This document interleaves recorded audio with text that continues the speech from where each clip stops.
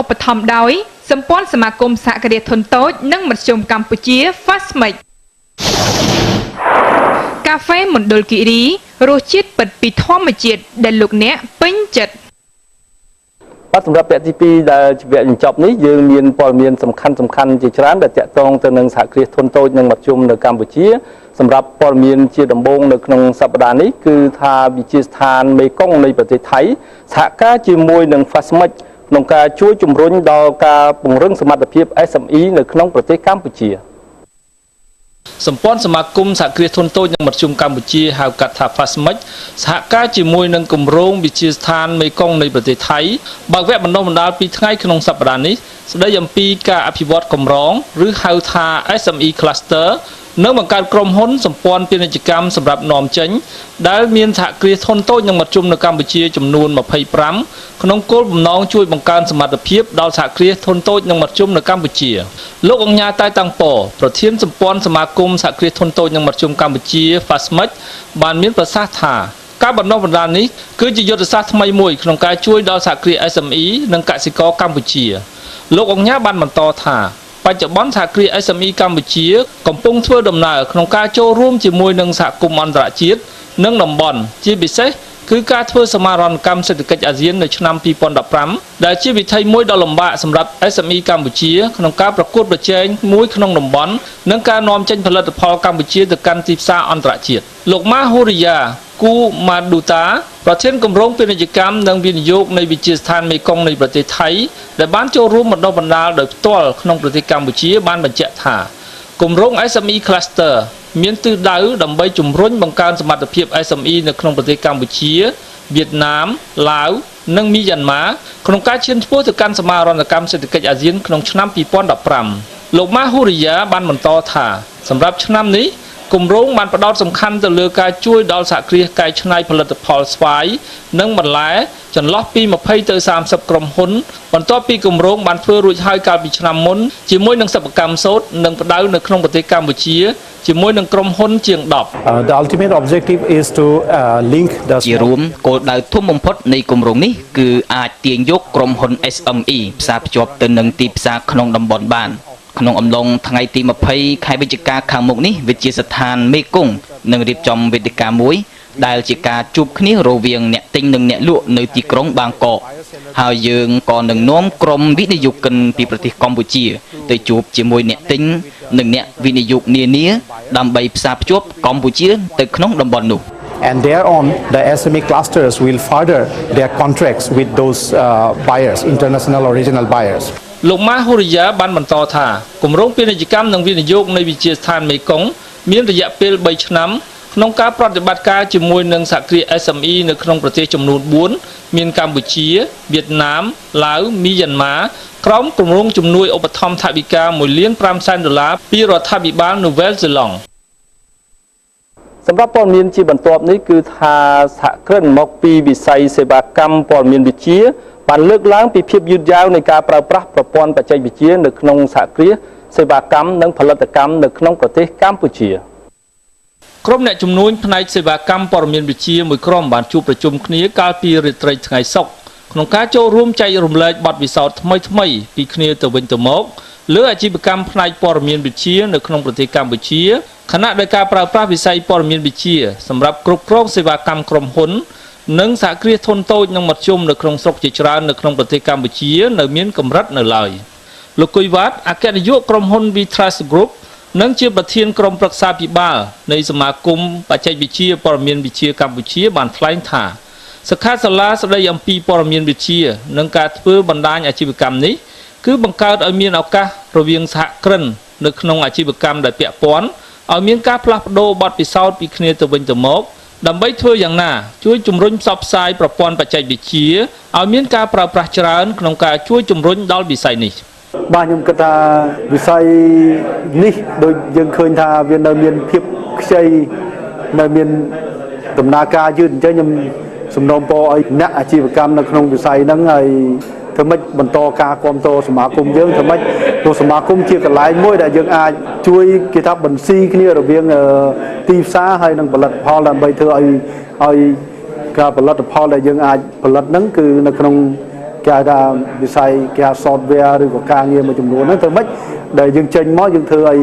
មានតម្រូវការទីផ្សារហើយតម្រូវការទីផ្សារកាន់តែធំទៅអញ្ចឹងខ្ញុំគិតថាក្រុមហ៊ុនយើងដែលក្នុងស្រុកហ្នឹងកាន់តែមានឱកាសច្រើនហើយនឹងមានលទ្ធភាពទៅប្រកួតប្រជែងជាមួយក្រុមហ៊ុនបរទេសបាទលោកច័ន្ទណាត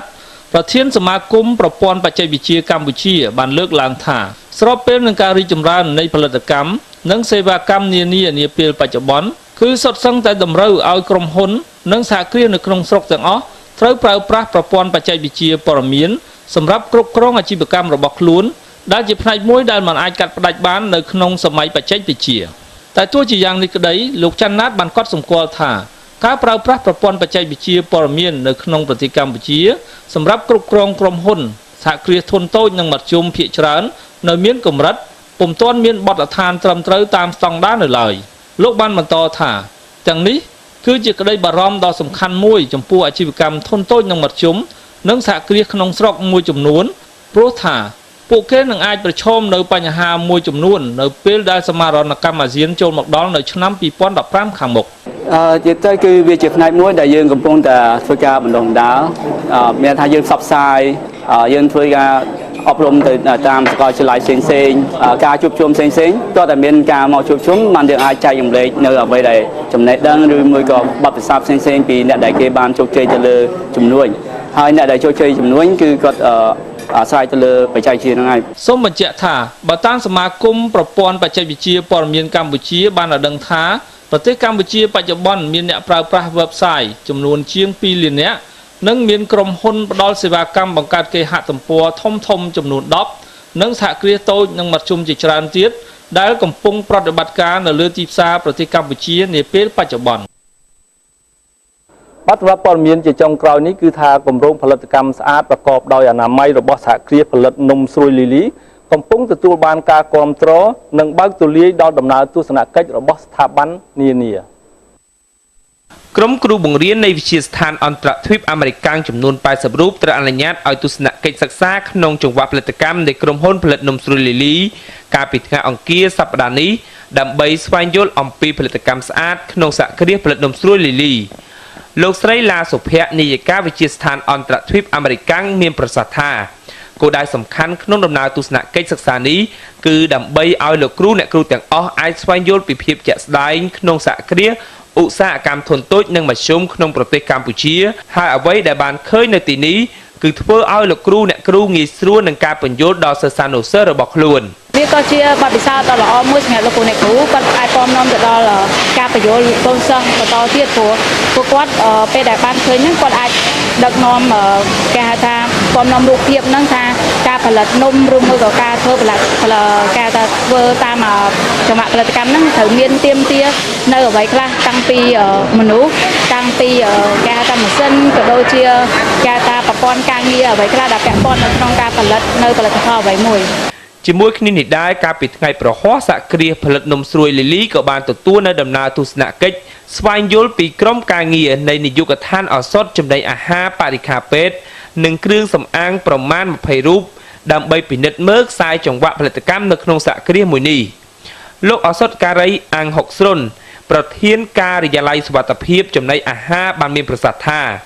តាមរយៈការពិនិត្យជាក់ស្ដែងអ្វីដែលកំពុងអនុវត្តក្នុងសហគ្រាសលីលី